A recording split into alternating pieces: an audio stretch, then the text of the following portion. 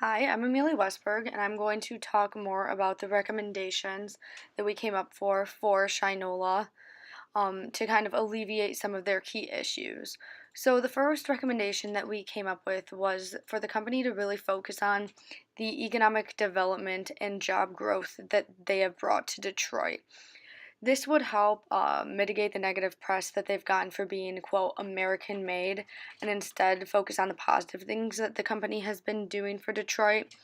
The company has gotten a lot of backlash for having the slogan, we're American made, because many of their parts are actually imported from other countries, specifically China and Switzerland. They've started this rolling up your sleeves campaign, which is kind of empowers the average Detroit worker. So they should really emphasize that in their recommendation and get away from the American made slogan. The second recommendation really focuses on alleviating some internal differences with a brand image. Some of the top designers think that the brand should be modern and simple, whereas consumers view the brand as more retro and vintage. And so that internal struggle needs to be alleviated. They need to have a strong brand image. The creative director, Daniel Caudill, was quoted saying the only thing that's vintage or retro is the brand's name, which is true. This is a very modern, new company. They've only been around for a couple of years, and they really just need to pull together their brand image. The third recommendation is using famous celebrities and influencers wearing Shinola watches and using their leather goods to um, make their brand image more widespread and get like our target market. We decided this actually wasn't a good idea for this specific brand just because it may not reach the target audience, but many like presidents and celebrities have been quoted saying that they support Shinola.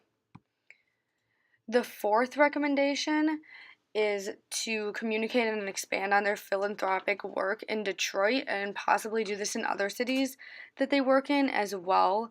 Right now, Shinola has a pet line called Shinola Pet, and it's basically a philanthropy that partners with humane societies in Michigan. Two of the main ones are called Best Friends Humane Society, and the other one is Michigan Humane Society. So they make these leather goods and pet goods in their factories, and then the profits go to benefit these causes. And they should expand this community engagement and their philanthropic efforts because, again, it builds a positive brand image, gives back to the city that they're really trying to promote, and just connects to the local community in a meaningful way. This could really also help alleviate that Made in America and expand on that economic development in Detroit as well because it really connects with the community. And the final recommendation that we came up with was for Shinola to actually partner with Apple. It has been a huge disruption in the watch industry when the Apple Watch launched, just because it took away such a large market share and disrupted it.